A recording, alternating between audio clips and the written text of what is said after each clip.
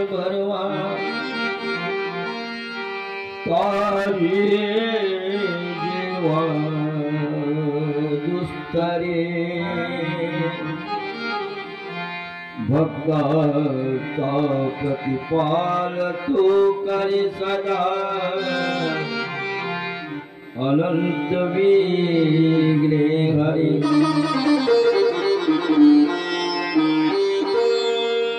होता दर्शन ताप दुख हरती शंभो नीता वर्षिणी करुणा मी तुझ प्रार्थितो श्रीदत्ता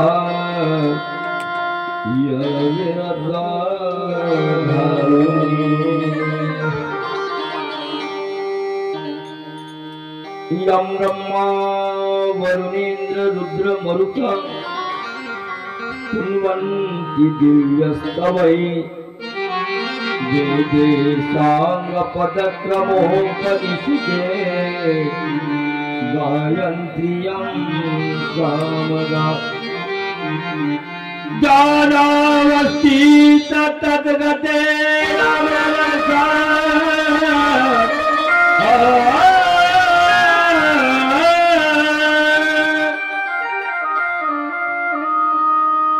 पश्यन्ति योगिनो यशान्तं विदु सुरासुरगणा देवाय तस्मै नमः। श्री गोपाल कृष्ण महाराज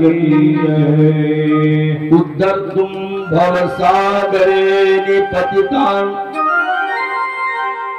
जीवान् सदा दुःखितान् दद्रेयो प्रतिमां कृपापरवश चैतन्यमूर्ति परा कैवल्याध्वनि नागदेव प्रवर पंतकृतो येन स देवचक्रधरो शरण्य शरणं नन्तो निशं पातु मां नन्तो निशं पातु मां।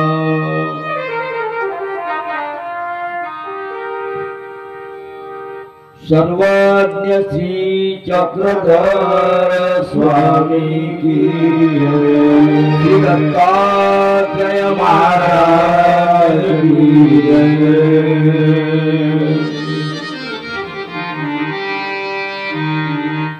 ये गोविंद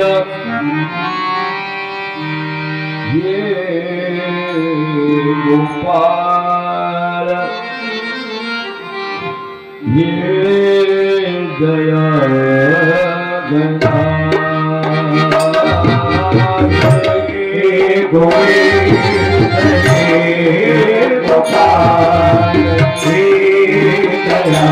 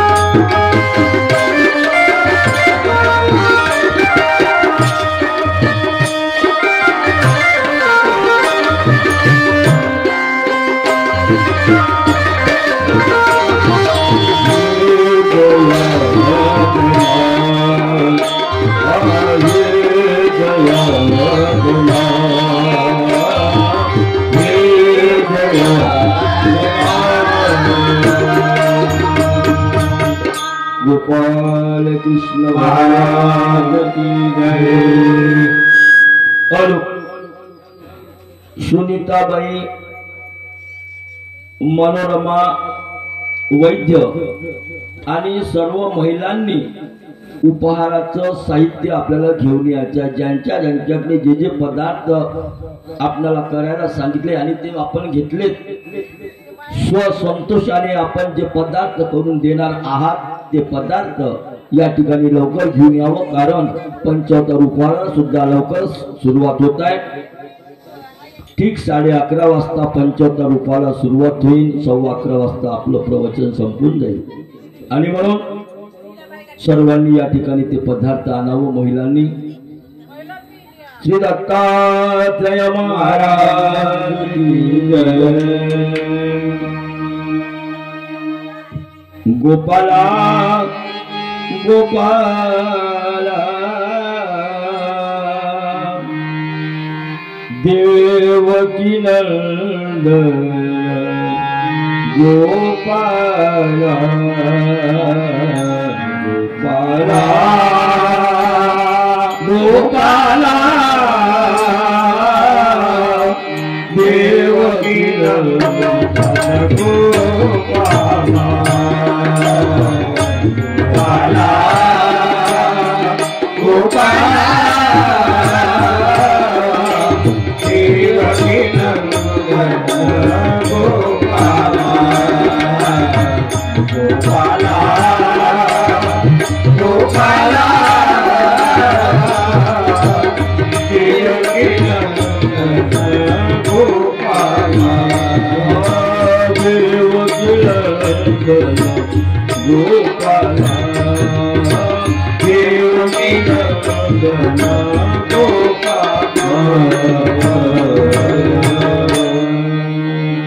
कृष्ण चक्रवर्ती महाराज की जय। दत्तात्रय महाराज की जय। बंधुजनो, आपण काल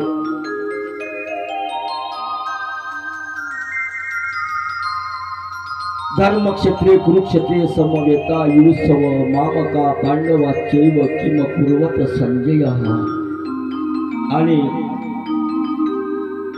त्यानंतर आपण कुरुक्षेत्रावर काय चालत आहे असं जेव्हा धृतराष्ट्र संजयाला विचारतो तेव्हा संजय सुद्धा सांगतात, द्रष्टा तू पांडवानिकम युधं दुर्योधनस्तदा आचार्यमुपसंगम्य राजवचनं ब्रवीत। संजय म्हणतोय त्या धृतराष्ट्राला, म्हणजे राजा, व्यूहरचना झालेली आहे। भीष्माचार्याने आपल्या कौरवाकडे पतत्रो व्यूह रचना केलेली आहे। पतत्रो म्हणजे पक्षाप्रमाणे, व्यूह रचना म्हणजे सैन्य उभं करण्याची पद्धत, आणि सैन्य उभं करण्याची पद्धत ती पतत्रो म्हणून केलेली आहे, पक्षाप्रमाणे। आणि पांडवांकडे सेनापती आहे दृष्टद्युम्न।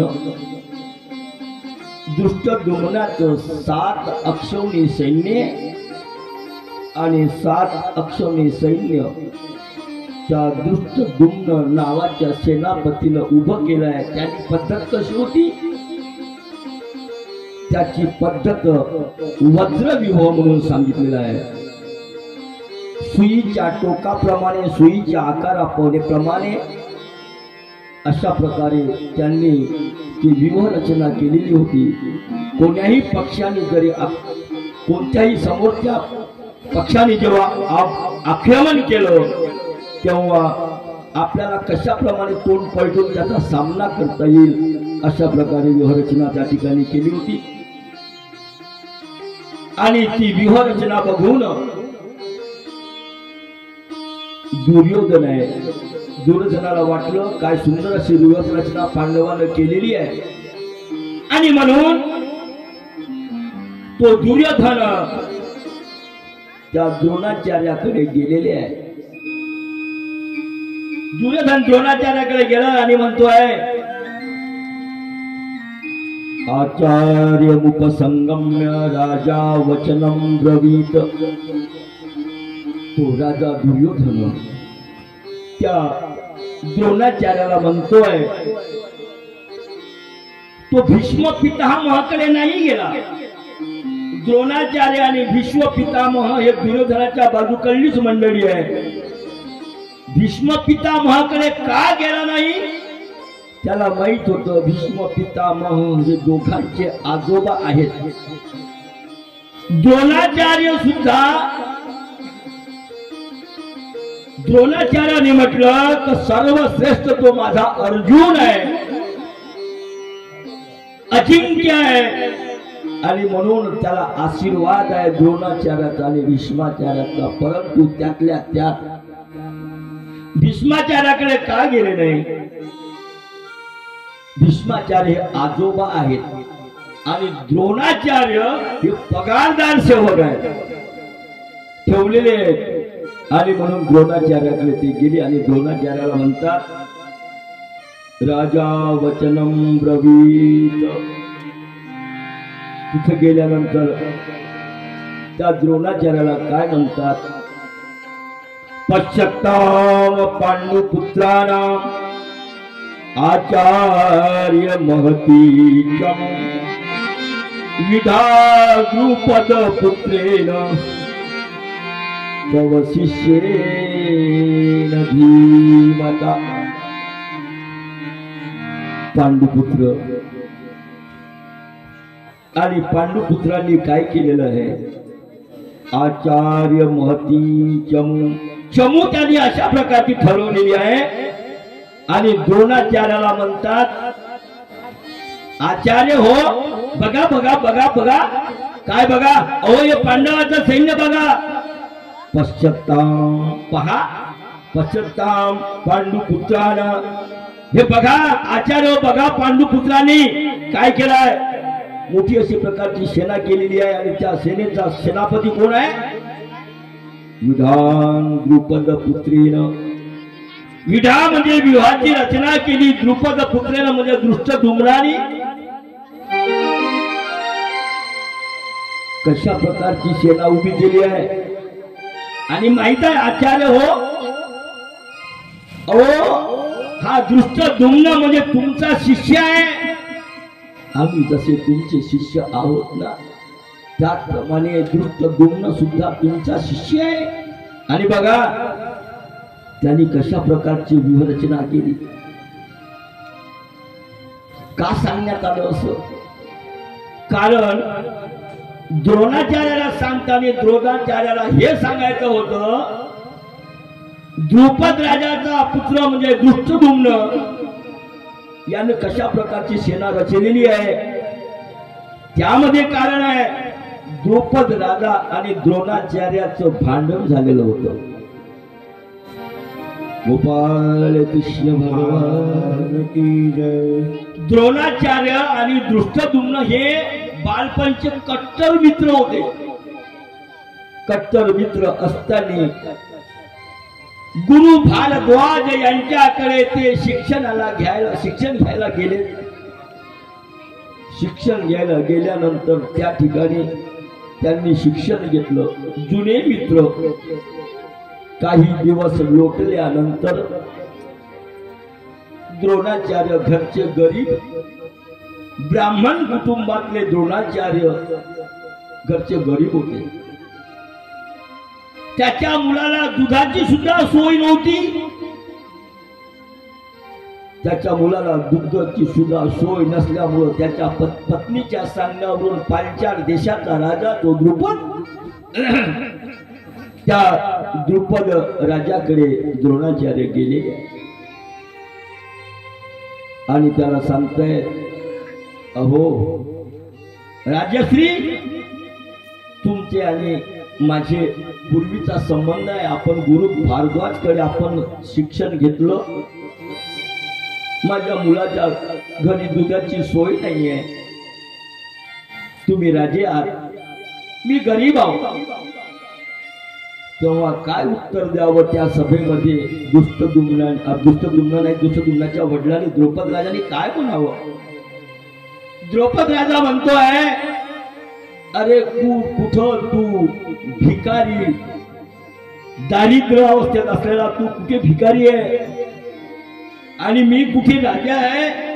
आणि राजाचं आणि भिकाऱ्याचं कुठं नातं असतंय? दुखावल्या गेलं त्या द्रोणाचार्याला. भर सभेमध्ये त्याचा अपमान केला आणि भर सभेमध्ये अपमान केल्यानंतर द्रोणाचार्याच्या मनामध्ये सुडाची भावना निर्माण झालेली आहे. तुला राजमद चढलेला आहेस, तू राजा उन्मत्त झालेला आहेस, तुला राजाचा मद चढलेला आहे तुझ्यावर. तू काय उद्गार काढतोस? अरे तू आपलं जुनं मित्रत्व नातं विसरलास? बघ त्या सुदाम्याकडे, बघ त्या कृष्णाकडे, काय नातं त्यांचं? तर ते तरी सांदीपानीच्या आश्रमात शिकतच होते ना. भगवान कृष्ण महाराजांना सुदाम्याकडे अशा दृष्टीनं नाही बघितलं. अरे मी एक गरीब आहे, मी तुझ्याकडे याचना करायला आलो, तुला द्यायचं नसतं ना तर नाही द्यायचं, मला मदत करायची ना तर नाही करायची. परंतु तुझे शब्द, कुठे तू भिकारी, दारिद्र्य आणि कुठा मी राजा, ही बोलण्याची पद्धत नाही झाली. सुदानं पेटून उठले ते द्रोणाचार्य. निश्चय केला की एकदा तुझा मी राज मग जो तुला ठरलेला आहे ना तो मी उतरल्याशिवाय राहणार नाही. आणि मग त्या ठिकाणी लगेच तयारी केली द्रोणाचार्याने. हस्तिनापूरला जायची तयारी केली. हस्तिनापुरामध्ये गेले आणि द्रोणाचार्याची जी पत्नी होती तिचा भाऊ म्हणजे कृपाचार्य,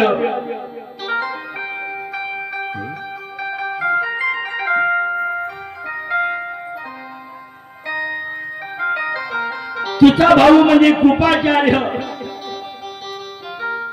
त्या कृपाचार्याच्या मदतीनं तो त्या हस्तिनापूरमध्ये गेलेला आहे द्रोणाचार्य.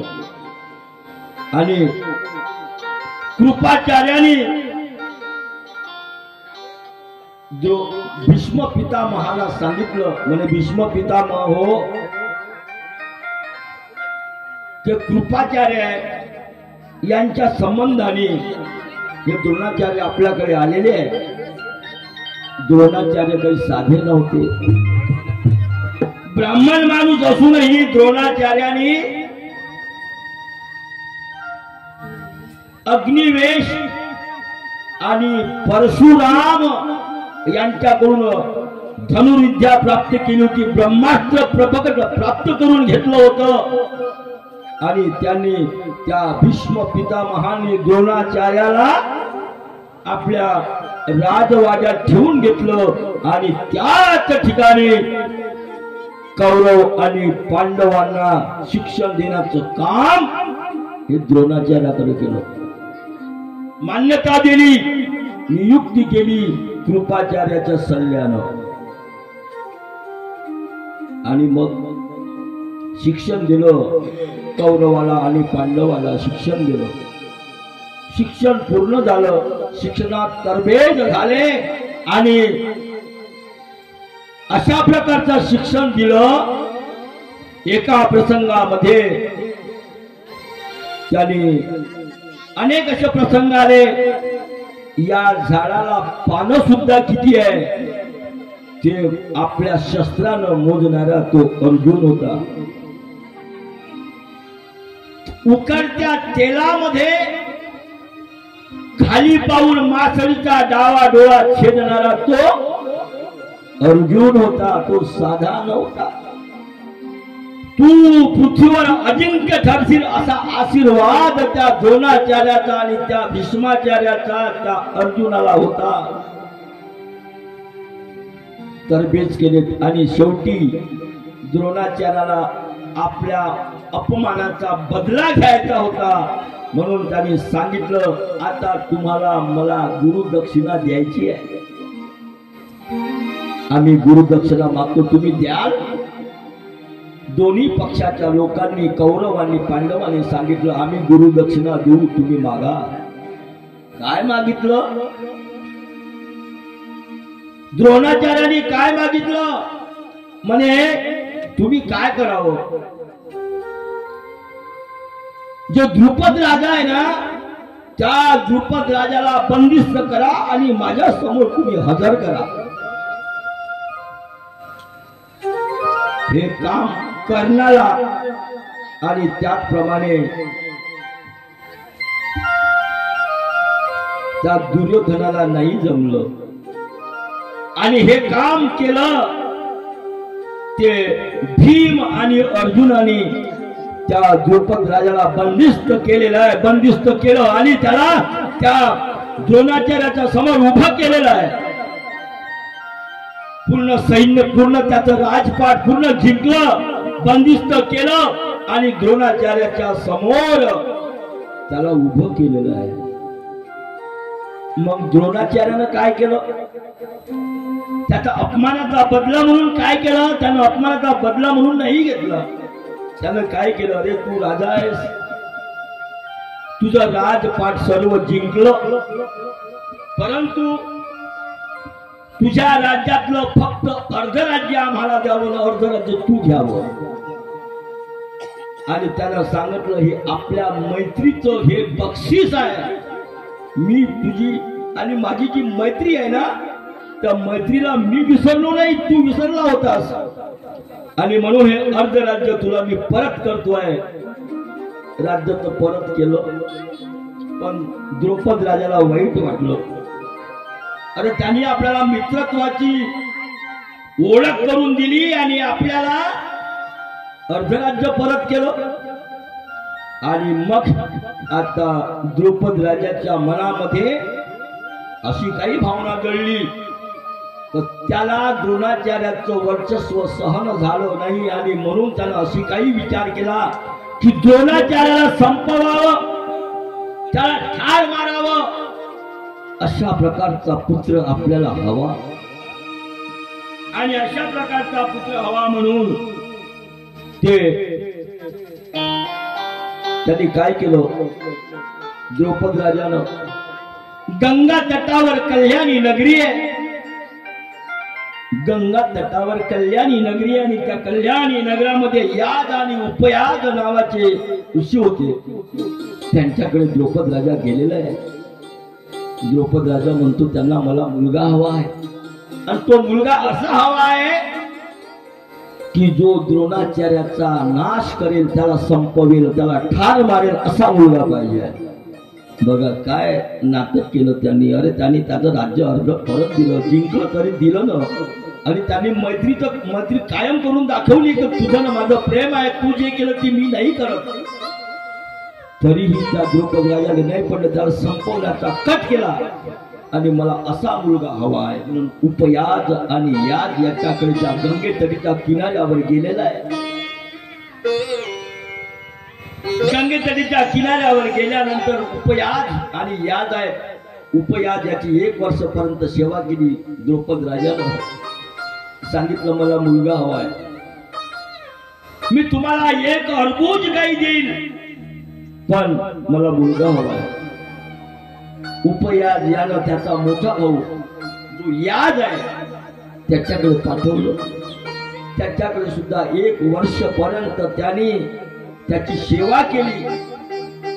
आणि 1 वर्ष सेवा केल्यानंतर उपयाज म्हणतो त्याला पैशाची आवश्यकता आहे, त्याच्याकडे जा. 1 अर्बूज गाई त्याने देण्याचं कबूल केलं. याद म्हणतो ठीक आहे, तुला काय करावं लागल? तुला यज्ञ करावा लागेल, पुत्रेष्ठी यज्ञ करावं लागेल. आणि यज्ञ करावा लागेल, पुत्रेष्ठी यज्ञ. आणि मग पुत्रेष्ठी यज्ञ तयार झाला, करण्यात आला. आणि यज्ञ कार्य केलं तेव्हा त्या अग्नियज्ञामधनं द्रौपद राजाचा मुलगा दृष्टद्युम्न उत्पन्न झालाय, कथा अशी आली आहे। त्यानंतर त्याची बहीण जिला कृष्णा म्हणते तर तिचं नाव द्रौपदी आहे, ती सुद्धा तिथूनच तयार झालेली असं सांगत। द्रौपदी आणि दृष्टद्युम्न जन्माला आलेले आहे। अशा वेळी आकाशवाणी झाली आणि सांगितलं, पुत्र जन्मात तू जेव्हा द्रोणाचार्याच्या नाशासाठी तुला मुलगा आलाय, तो तुझा मुलगा तुझं कार्य हे पूर्ण करेल अशी आकाशवाणी झाली। आणि पराक्रमी वीर दृष्टद्युम्न हा जन्माला आलाय। आणि मग हे द्रोणाचार्याला माहित नव्हतं का? ही गोष्ट द्रोणाचार्याला पण माहित होती। द्रोणाचार्याला माहित असताना सुद्धा द्रोणाचार्याने त्याला शिष्य केलं आणि त्याला धनुर्विद्या शिकवली, तरबेज केला। हा इतिहासातली अशी घटना फार कमी घडते आहे। तो आपल्याला मारायला आला तरी त्याला धनुर्विद्या शिकवलेली आहे। आणि म्हणून दृष्टद्युम्नाला सुद्धा त्या ठिकाणी शिष्य केलं द्रोणाचार्यानं। आणि म्हणून दुर्योधन म्हणतात, बघा पांडवाचं सैन्य बघा, त्या द्रौपद राजाचा मुलगा आहे, तो तुमच्या वैर्याचा मुलगा आहे, त्यांनी कसं सैन्य रचलं बघा। तो तुम्हाला आणि आम्हाला मारण्यासाठी त्याने अशा प्रकारची व्यूहरचना केलेली आहे असं म्हटलं। आणि त्याने आठवण करून दिली। का आठवण करून दिली? त्याचं कारण हे की आता दृष्टद्युम्न हा सुद्धा त्या ठिकाणी आपल्या वैर्याचा तो मुलगा आहे आणि द्रोणाचार्यांनी आता ताकदीनं युद्ध करावं, द्रोणाचार्यांनी जोमानं युद्ध करावं अशा प्रकारची एक त्याच्या मनामध्ये विष घालवून दिलं त्या दुर्योधनानं। आणि अशा प्रकारे त्या ठिकाणी ती व्यवस्था करण्यात आली। बंधुजनो, अशा प्रकारे दोन्ही ठिकाणी दोन्हीकडे मोठमोठे बलाढ्य वीर महारथी अर्धरथी सैन्य, गदा युद्ध, दंड युद्ध, नित्य युद्ध करणारे दोन्हीकडे सर्व मंडळी होते। आणि असे दोन्हीकडे मंडळी असताना या ठिकाणी म्हटलेले अथंगवस्थितान दृष्टान धात्रास्त्रान कपिध्वज प्रवृत्ते शस्त्र संपाते धनुरुद्यम पांडव ऋषिकेशम तदा वाक्यम इदमाह महीपते। अथाव्यवस्थान द्रष्टान धात्रास्त्रान कपिध्वज, दोन्हीकडे सैन्य आहे आणि दोन्हीकडे सैन्य असताना हातामध्ये धनुष्य बाण आहे। दोन्ही से एकमेकाला मारण्यासाठी आतुर झालेले आहे। धृतराष्ट्र संजयाला विचारतो काय परिस्थिती आहे आता। तेव्हा धृतराष्ट्राला संजय सांगतो, म्हणते राजन, दोन्हीकडे धनुष्यबाण हातात घेऊन आणि त्या धनुष्याचा टंकारा केलेला आहे। आता युद्धाला सुरुवात होत आहे। आणि अशा वेळी ते म्हणतात अथव्यवस्थान द्रष्टान धात्रास्त्रान कपिध्वज। अरे त्यांचा जो रथ आहे ना, त्या रथावर हनुमंत विराजमान आहे। त्याचा जो छत्र आहे ना, त्या ध्वजावर हनुमंताचं चित्र आहे। हनुमंत त्याच्या ध्वजावर आहे। प्रत्यक्ष हनुमंताचं सुद्धा सहाय्य त्यांना आहे। अशा प्रकारे त्या संजयानं त्या धृतराष्ट्राला सांगितलं, ऋषिकेशम तदा वाक्यम इदमः महीपते। धृतराष्ट्राला सांगितलं आणि असं म्हटल्याबरोबर त्या धृतराष्ट्राच्या मनामध्ये दुःख होत आहे. प्रत्यक्षात हनुमंत सुद्धा त्याच्या ध्वजावर आहेत. आता हनुमंत का ध्वजावर आहेत याची सुद्धा एक कथा आहे. 2 मिनिटं सांगतो. परमेश्वर ज्याचा गर्व झाला ना त्याचा नाश करतात. तो भक्त का असे ना त्याला म्हणा माझ्याशिवाय कोणी भक्तच नाही, माझ्याशिवाय दुसरा भक्तच नाही, त्याचं सुद्धा गर्व हरण करतात भक्त. नको रे नको रे नको दाऊ अभिमान, नको रे नको दाऊ अभिमान, नको दाऊ अभिमान. धन दौलत है कटवर सारे, धन दौलत है धन दौलत है कटवर सारे. तू बना इमदिने जाना नको रे नको दाऊ अभिमान, नको रे नको दाऊ अभिमान.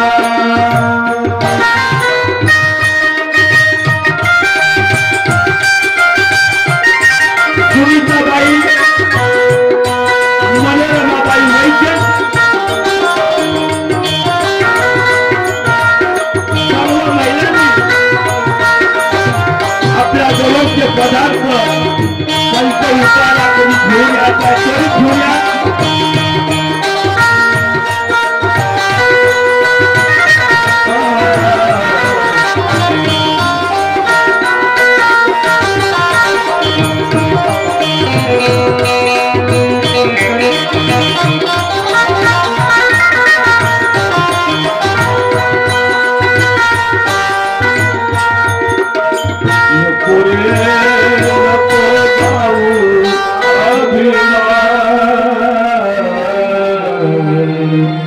अभिमान करू नये. अरे अर्जुनाला सुद्धा अभिमान झाला होता म्हणजे देवाचा भक्त. उद्धवाला सुद्धा अभिमान झाला देवाचा भक्त माझ्याशिवाय दुसरं नाही. आणि चक्रधर स्वामी म्हणतात पुराणामध्ये सांगितले उद्धव अर्जुन दयासी स्वामीने आपलं मोक्ष दिलं असो. आणि म्हणून उद्धव देवाला वाटलं की माझ्यापेक्षा कोणी श्रेष्ठ नाही आहे म्हणून त्यांनी त्या उद्धव देवाला अर्जुनाकडे नेलेलं आहे. भगवंतानी झोपलेल्या स्थितीमध्ये कोण अर्जुन झोपलेल्या स्थितीमध्ये अर्जुनाकडे उद्धव देवाला नेलेला आहे. भगवान श्रीकृष्ण महाराजांनी अर्जुन दारामध्ये आपलं उद्धव दारामध्ये बघितलं आहे. आणि द्रौपदी माता सुभद्रा देवी या दोघींचा भाऊ असलेला हा कोण श्रीकृष्ण महाराज. उद्धव देव आणि श्रीकृष्ण गेलेले त्या ठिकाणी दृश्य बघितलं. द्रौपदा मातेच्या मांडीवर अर्जुनाचं डोकं आहे. आणि अर्जुनाचं डोकं आहे. त्यावेळी त्या द्रौपदीला वाटलं आता उठू कशी. उठते तर पतिव्रतेमध्ये पतीच्या सेवेमध्ये भंग येतो, नाही उठतं तर देवदारात उभाशी आहे त्याला आसन कोण घालत. दोन्हीकडे द्विधा स्थिती झाली. आणि म्हणून हे देवानं जाणलं, भगवंतानं श्रीकृष्ण महाराजांना जाणलं. आणि उद्धव देवाला म्हणते उद्धव देव हो एक काम करा, तिची विवंचना अशी आहे तुम्ही जा त्याचं डोकं आहे ते तुमच्या मांडीवर घ्या, ते डोकं आहे तुमच्या मांडीवर घ्या आणि तिला तिथून उठून द्या. तिथे द्रौपदीनं अलगद आपल्या अर्जुनाचं जे डोकं आहे ते बाजूला केलं आणि त्या ठिकाणी उद्धव देव बसले त्याच्या मांडीवर. त्यांनी डोकं ठेवलेलं आहे अर्जुनाचं. परमेश्वरानं अलगद एक भोंगूळ तयार केलं. परमेश्वराने अलगद एक भोंगूळ तयार केलं आणि त्याच्या पायावर गेलो चढवून. आता उद्धव देव बसले आहे उद्धव देवाचे पाय खाली आहे, बाजीवर बसल्यानंतर, खात्यावर पलंगावर बसल्यानंतर खाली आहे, त्याचं डोकं मांडीवर आहे, पायावर भोंगूळ चढलं आहे. मग भोंगूळ काढण्यासाठी अर्जुनाच्या आपलं उद्धवाच्या पायावर भोंगूळ चढलाय, ते भोंगूळ आपल्या पायावर चढलंय म्हणून ते काढण्यासाठी उद्धवदेव खाली वाकलेले आहे. उद्धवदेव खाली वाकल्या बरोबर त्या अर्जुनाचं डोकं आणि उद्धव देवाचे कान जुळलेले आहे. भोंगूळ काढता काढता खाली वाकले उद्धव देवाच्या डोक्याशी, अर्जुनाच्या डोक्याशी उद्धव देवाचे कान गेलेले आहे आणि प्रत्येक केसातनं कृष्ण कृष्ण कृष्ण असा आवाज निघालेला आहे. आणि मग कृष्ण कृष्ण आवाज असा आवाज निघत होता तेव्हा उद्धव देवाला वाटलं आपण काही खरी नाही आहे, अरे आपल्यापेक्षा सुद्धा श्रेष्ठ आहे, फक्त अर्जुन आहे. मी तर म्हणत होतो मीच आहे. देव परीक्षा घेतली बघा, अर्जुनाची परीक्षा घेतली. कपिध्वज म्हणून सांगितलं या पांडवाच्या ध्वजावर हनुमंताचं जे हनुमंत विराजित आहे ध्वजावर, त्याचं कारण कसं आहे, मै सभा भरलेली आहे. काय कारण इथं ध्वजावर चढण्याचं? मै सभा भरलेली आहे आणि सभेमध्ये एक ब्राह्मण आलेला आहे, वृद्ध ब्राह्मण आलेला आहे. आणि वृद्ध ब्राह्मणानं म्हटलंय भगवंत श्रीकृष्ण महाराजाला, म्हणजे देवा मला यज्ञ करायचा आहे आणि त्या यज्ञामध्ये मला कोरस होणं पाहिजे, मला कोरस होण्याची आवश्यकता आहे, आपण मला कोरस होणं द्यावं. तेव्हा भगवंत म्हणतात बाबा कोरस होणं कुठे? कोरस होणं आपल्याकडे नाहीये. मग कोरस होणं कुठं सापडेल तुम्हाला? तर म्हणजे लंकेला आहे. कोरस होणं लंकेला आहे आणि यज्ञामध्ये कोरस होण्याची आवश्यकता आहे. भगवंत म्हणतात तिथं जाईल कोण? त्या लंकेला जाईल कोण? आता रावण तिथं नव्हते, आता विभीषण होते. तिथं जाईल कोण? अर्जुन उठले, अर्जुनाच्या मनात गर्व होता मी. अर्जुन म्हणतात मी जाणार. अर्जुन म्हणतात मी जाणार. हा नव्हे अर्जुन, अजिंक्य असलेला अर्जुन हा नव्हे, मी जाईल. गर्व झाला होता अर्जुनाला पण आणि म्हणे मी जाणार. म्हणे ठीक आहे तुम्ही जाणार तर न्या. आणि ते अर्जुन जिथं सेतू बांधलेला होता हनुमंत रायानी आणि त्या सुग्रीव आणखी पुढे त्यांच्या वानर सेनेने जे सेतू बांधला होता तिथपर्यंत सुग्रीव वगैरे तिथपर्यंत ते गेले. आणि गेल्यानंतर त्यांनी आता काय केलेलं आहे, पलीकडल्या काठावर जर जायचं असेल तर कसं जावं म्हणून अर्जुनानं तिथूनच बाण लावलाय आणि त्या बाणावर लिहिलेला आहे हा अर्जुनाचा बाण आहे. कोरस होणं पाहिजे. आपल्या त्या सेतूच्या अलीकडल्या काठावरून समुद्र ओलांडून पलीकडे जायचं होतं ना, समुद्र ओलांडून पलीकडे जायचं होतं आणि म्हणून अलीकडे त्यांनी एक बाण खाल्ला आणि जो बाण सोडला करत त्या मंडपामधील मधातल्या खांबाला तो जाऊन भिडला. भिडल्यानंतर सगळी त्या लंकेतले लोक विचार करायला लागले हे काय घडलंय. बाण काढला त्या प्रधानाने, त्या सेवकाने बाण काढला. बघितलं हा अर्जुनाचा बाण आहे, कोरस होणं पाहिजे.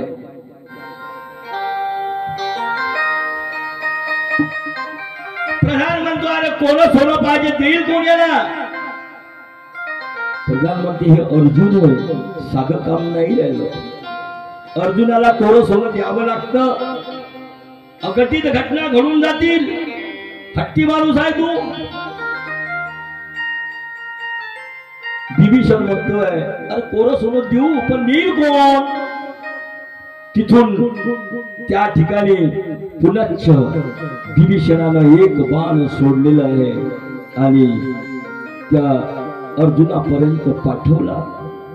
दोन मत आहे. काही लोक म्हणतात तिथून आपल्या एका त्याचं काहीतरी नाव आहे त्या व्यक्तीला पाठवलेलं आहे अर्जुनापर्यंत, आणि दुसरं असं मत आहे की त्याने सुद्धा जवळ येऊन बाण सोडला, कारण की समुद्राच्या पलीकडल्या काठावर लंका आहे, अलीकडल्या काठावर सेतू बांधला जातो, अलीकडल्या काठून त्या काठापर्यंत अलीकडे अर्जुन आहे. आणि मग अशा वेळी ते म्हणतात की तुम्हाला जेवढं पाहिजे कोरं सोनं तेवढं तुम्ही घेऊन जा, आमची परवानगी आहे, तुम्हाला न्या कसं न्यायचं आहे तर. असं म्हटल्यानंतर मग अर्जुनानं तयारी केली, बाणावर बाण सोडले आणि सेतू बांधायला तयारी केली. आले ना तिथं हनुमंतराय आले आणि अर्जुनाला विचारतात, अहो तुम्ही काय करताय, तुम्ही कोण? म्हणे मी पांडू पुत्र धनुर्धारी अर्जुन आहे. आणि तुम्ही? तर म्हणे मी राम भक्त हनुमान आहे. तुम्ही इथं कसे आले? म्हणे मी इथंच राहतो, एवढ्यातच मी इथंच राहतोय. असं म्हटल्याबरोबर काय झालं, मग सोनं आणायचंय, मग तुम्ही सेतू बांधत आहे म्हणे. म्हणे हा सेतू बांधत आहे. अरे तुम्ही काय पराक्रम केला म्हणे, लंकेला गेले तेव्हा, तुमचं सैन्य गेलं तेव्हा, गोटे टाकले, दगड टाकले, पूल केला, बांधलं. आणि म्हणे हा अर्जुन, अरे बाणानं सेतू तयार करते म्हणे, बाण तयार करते, पूर्ण पूल तयार करते. म्हणे ह्या तुला बाण तुझे सेतू बांधला ना, हा टिकणारच नाही, हा काही टिकणारा नाहीये. तर म्हणजे का म्हणतात टिकणारा नाही? अरे ज्या अर्जुनानं स्वर्गाला बाण मारला आणि दुसरं ऐरावत खाली आणलं, याच सेतू म्हणे याचप्रमाणे ऐरावत खाली आणला, तर माझ्या सेतू नाही मोडला, स्वर्गातून आणला ऐरावत. पण हे काय काढलं म्हणे, सेतू बांधारे सागरी, सेतू बांधारे सागरी,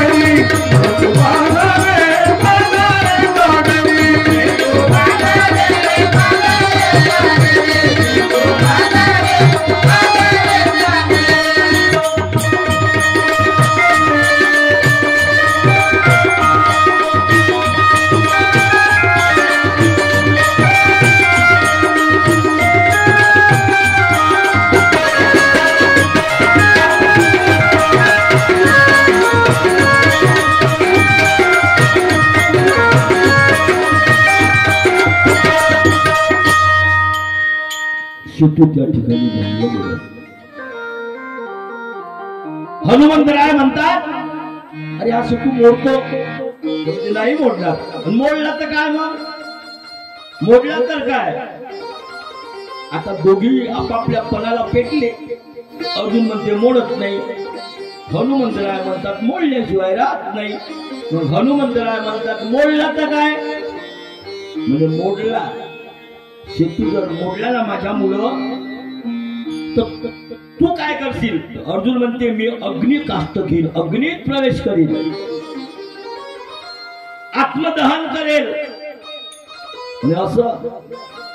आणि मग हनुमंताला म्हणते अर्जुन तुम्ही काय कराल नाही मोडला तर? हनुमंतराय म्हणतात भाऊ नाही मोडला तर मी तुझ्यासारखा अग्नी काष्ट घेणार नाही, कारण मी चिरंजीव, मी मरतच नाही, मी मरत नाही, मी अग्नी काष्ट घेणार नाही.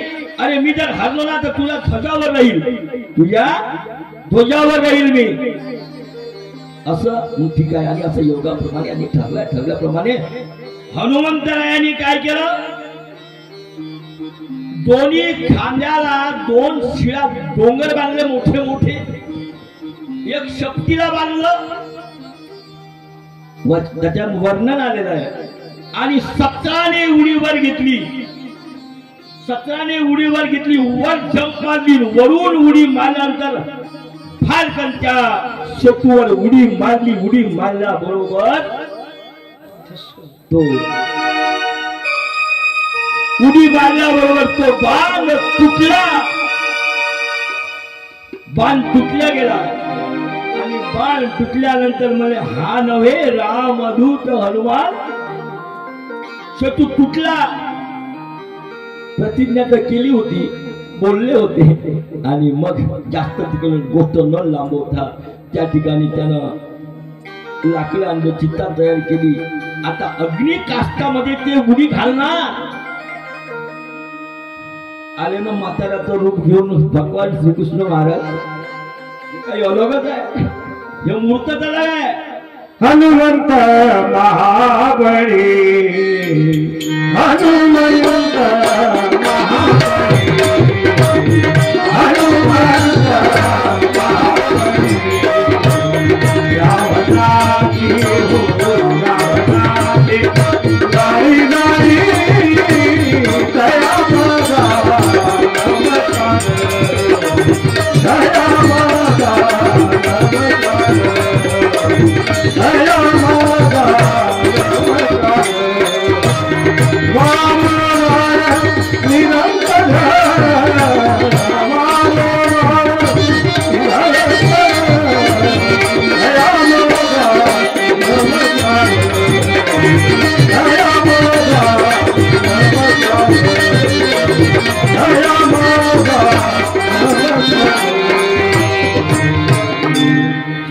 हनुमंत असं म्हणून त्यांनी सांगितलं. जिंकलं त्या ठिकाणी हनुमंताचं मत.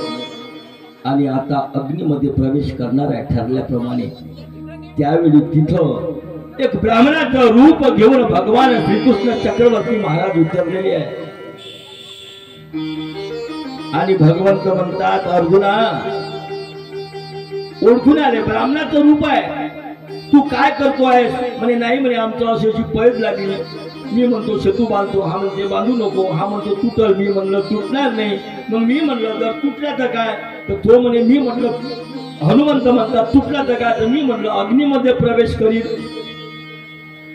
आणि न तुटला तर त्यांनी आपल्या ध्वजावर यावं असं आमचं पण आहे.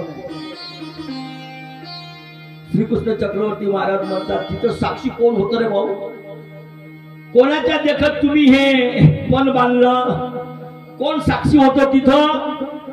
नाही म्हणे कोणीच नव्हतं. आम्ही दोघच होतो. कोणी साक्ष नव्हतं. मग साक्षी शिवाय कुठं कोर्ट चालते का रे भाऊ. साक्षी असल्याशिवाय कोर्ट नाही चालत. न्यायच देता येत नाही. तुम्ही काय फालतू करून बसले म्हणे. त्याने सांगितलं. यानं म्हणलं अरे तिथं पुरावाच नाही. पुरावा पाहिजे. उलट तपासणी घ्या लागते. आणि म्हणून पुरावा कोणीच नाहीये. त्याच्यामुळे तुमचा हा पण काही योग्य नाहीये. डबल करावं नाही. डबल. हनुमंतराव म्हणतात ठीक आहे डबल. त्याच्यात काय मोठं आहे. यानं बांधावा मी तोडणार. पुन्हा डबल. तो सेतू बांधला गेला. अर्जुनानं सेतू बांधला. आणि मग हनुमंतरायाने पुन्हा 2 दगड घेतले. काखीत घेतले. हातावर घेतले. शब्दाला बांधलं. 17ने उडी मारली. आणि उडी मारली त्या सेतूवर, त्या बंधनावर, सेतू बंधावर ते उडी घातली. काय झालं. आणि ते उडी घातल्यानंतर हनुमंतराय जसं दगडावर दगड आपटल्यानंतर दूर पडते ना अशा प्रकारे हनुमंतराय त्या सेतून अलगद उचलून दुसरीकडे पडले. काय कारण होतं. याच्या खाली देवाने सुदर्शन चक्र टाकलं होतं. देवानी सुदर्शन चक्र लपून त्या खाली ठेवलं. त्याच्यामुळं बाण तो तुटला नाही, फुटला नाही. पुन्हा दुसऱ्यांदा त्याला आणखी चान्स दिला. त्याच ताकदीनं पुन्हा दुसऱ्यांदा हनुमंतरायानं उडी मारली. गोष्ट तशीच घडली. हनुमंतराय उडून दुसरीकडे पडले. पुन्हा तिसऱ्यांदा 17ने उडी मारली. आणि उडी मारल्याबरोबर हनुमंतराय त्या सेतू बंधावर उसळून पाण्यात समुद्रात पडले. कथा अशी आली आहे, समुद्रात पडले आणि समुद्र पडल्यानंतर अर्जुनानं धनुष्य बाण जोडला आणि शेतूवर त्यामुळे हनुमंतरायाला तुम्ही या. हनुमंतराय आले तेव्हा अर्जुन म्हणते हा नव्हे पांडुपुत्र अर्जुन उगत आहे ना. अरे बाबा त्याच्या खाली सुदर्शन टाकलं. हा म्हणते हा नव्हे अर्जुन. अरे अर्जुन नाही, काही जरी झालं असतं तर युद्ध त्याला जिंकता आलं नसतं जर भगवंत त्याच्या बाजूने नसते तर. भगवंतानं किती काळ घेतला हो. अरे एकटा दुर्योधन जरी उभा असताना याचा नाश झाला असता, संवाद झाला असता.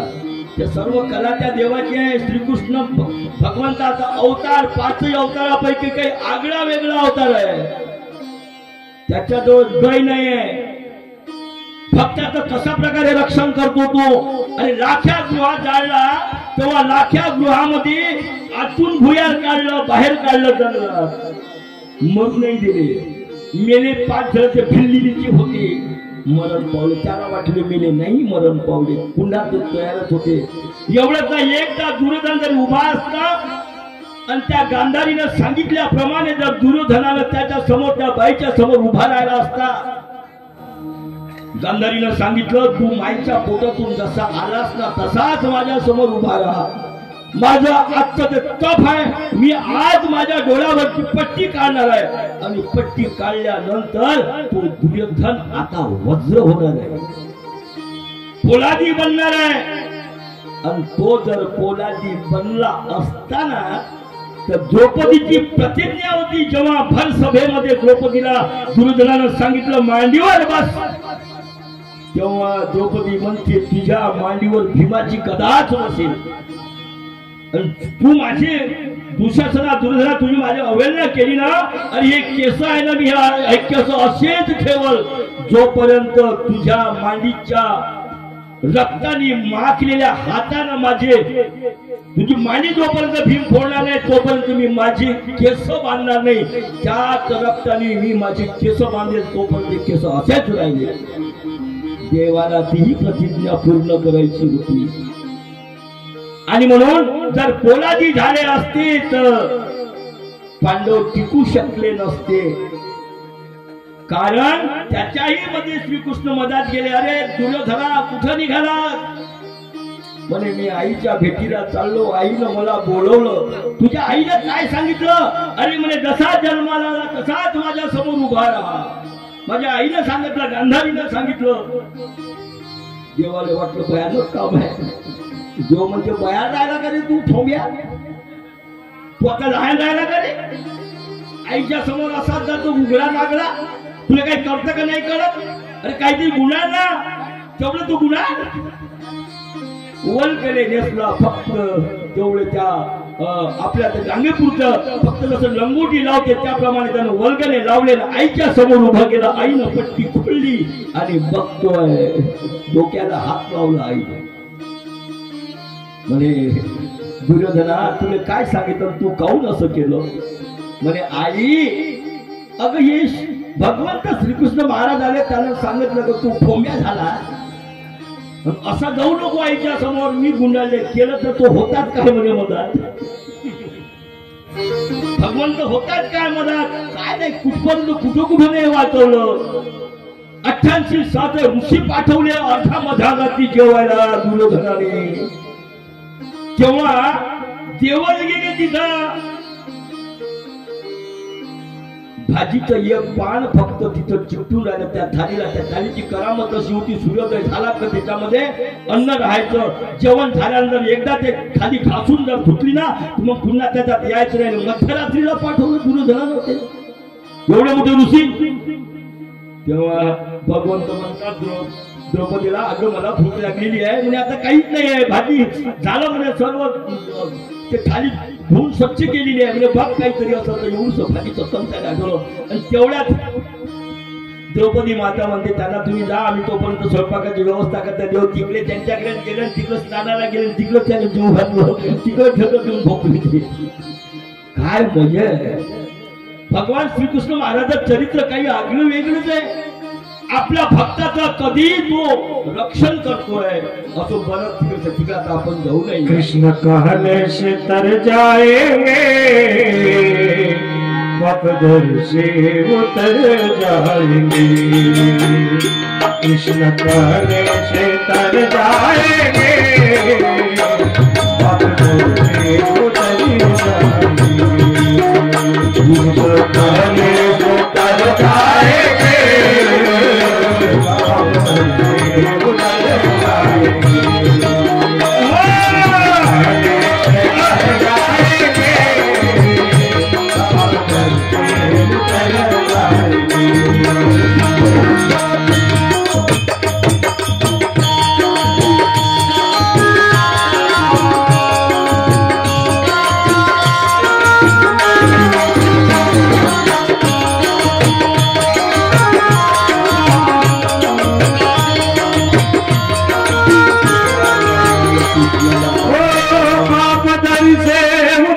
जाएंगे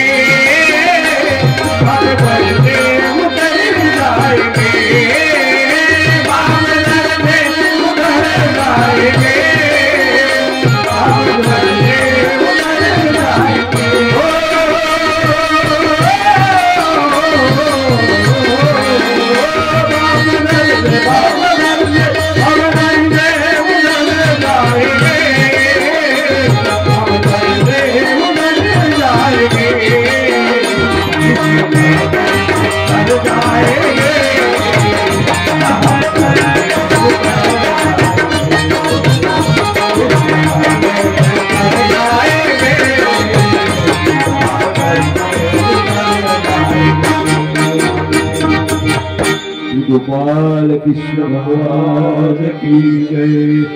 आणि अशा प्रकारे श्रीकृष्ण चक्रवर्ती महाराजांचं वर्णन यांनी आपल्या गीतामधून केलेलं आहे. असे ते भगवान श्रीकृष्ण महाराज आणि श्रीकृष्ण महाराजाला आता अर्जुन म्हणते तेव्हा सगळीकडे दोन्हीकडे युद्धाची तयारी झालेली आहे. तेव्हा अर्जुन उवाच सेनयोरुभयोर्मध्ये स्थापयेमेच्युतम्.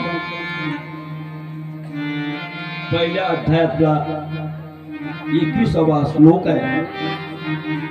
अथ व्यवस्थितान द्रष्टान राष्ट्राष्टान कपिध्वज प्रवृत्ते जक्त संपादे धनगम्य पांडव ऋषिकेशं तदा वाक्यमिदमामैवते सेनयोरुभयोर्मध्ये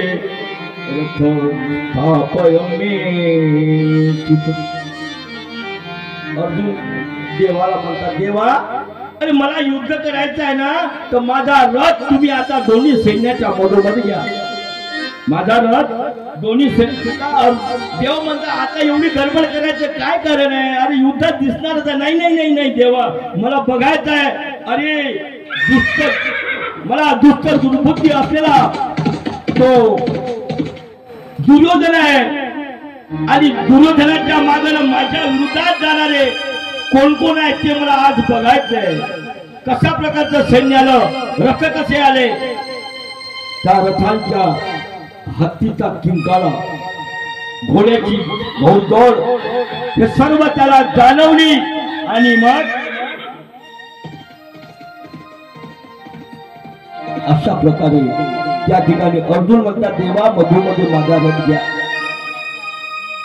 मठातले 2-3 श्लोक सोडून देतो आणि महत्वाचं घेतोय. मग देवाने अशा ठिकाणी रथ ठेवला की डबल याला विचारायचं कामच नाही.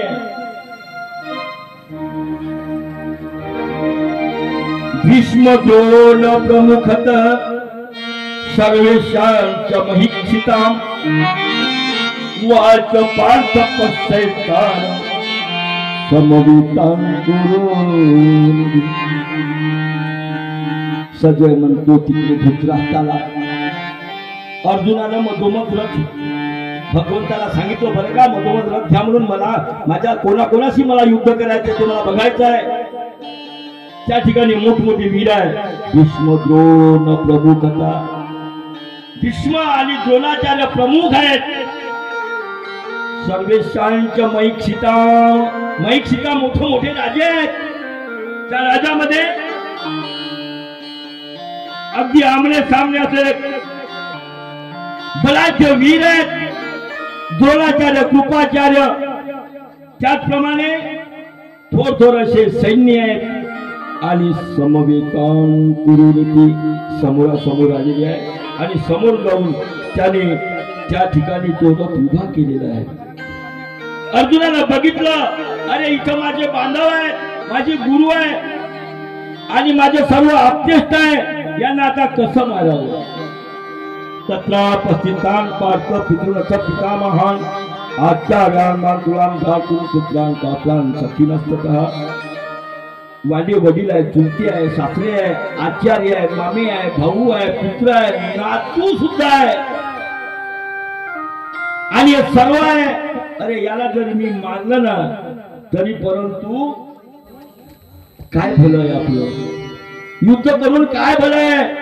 आणि म्हणून निमित्तानी च पश्यामी विपरीतानी केशव न च श्रेयो पश्यामी हत्वा स्वजन मानवे. बाहेर गावावरून आणलेले उपहाराचे साहित्य स्वयंपाकगृहाकडे न्यावे. बाहेर गावावरून जी मंडळी आली त्यांनी आपलं साहित्य स्वयंपाकगृहाकडे न्यावं अशी सूचना आलेली आहे. आणि मग अर्जुन म्हणतोय, अर्जुनानं पाहिलं अरे विपरीत आहे. निमित्तानी च पश्यामी, त्याला बघितलं विपरीतानी केशवा. देवा केशवा हे विपरीत होत आहे. आणि मग नत्रयोन पश्यामी हत्वा स्वजन हवे. देवा त्यांनी मला मारलं तर चालेल, पण मी त्याला मारणार नाही, मी त्यांना मारणार नाही. देवाला तर म्हटलं होतं हत्वा प्राप्तसी स्वर्गम जित्वा भोक्षसे महिम. तू जिंकलास तर पृथ्वीचं राज्य करशील, हरलास तर स्वर्ग लोकाला प्राप्त होशील. कारण स्वर्ग लोक त्या ठिकाणी जो काही मनुष्य त्या कुरुक्षेत्रावर मेला त्याला स्वर्ग सुख प्राप्त व्हायचं असं त्या जागेची किमया होती. अरे कोण कोण येतो त्या स्वर्गमय सुखाला.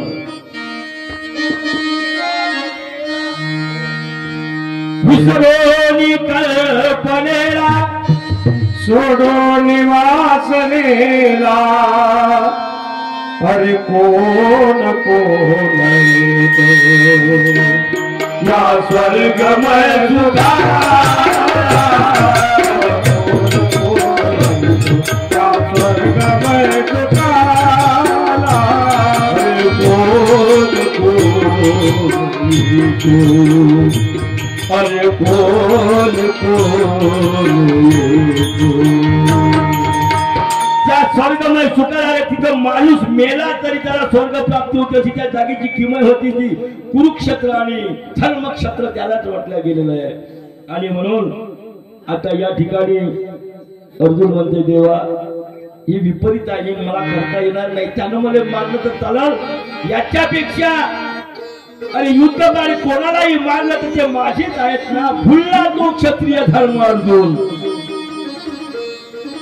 ती द्रौपदीची प्रतिज्ञा तोही विसरला, क्षत्रिय धर्म विसरलाय तो. देवा मी आता याला मारू शकत नाही. यतान्न हंतुम इच्छामि घ्नतोपि मधुसूदना. मधुसूदना देवा अपि त्रैलोक राज्यस्य हे तो किन्नु मही कृते.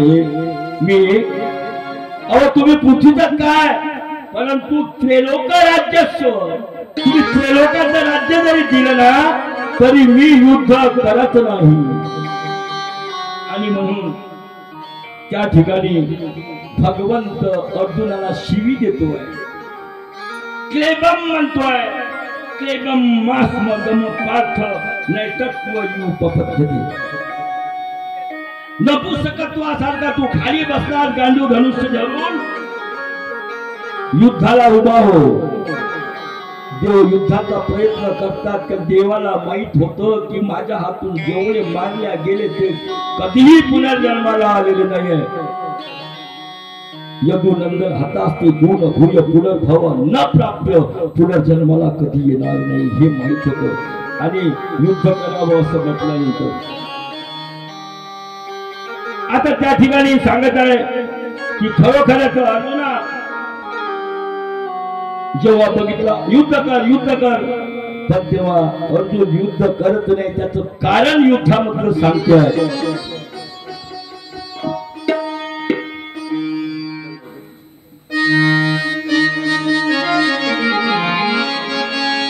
ते सांगतात युद्धाचं कारण सांगतात. पार्थ वदे कृष्णासी, पार्थ वदे कृष्णासी, देवा मारू कैलासी, देवा मारू कैलासी, देवा मारू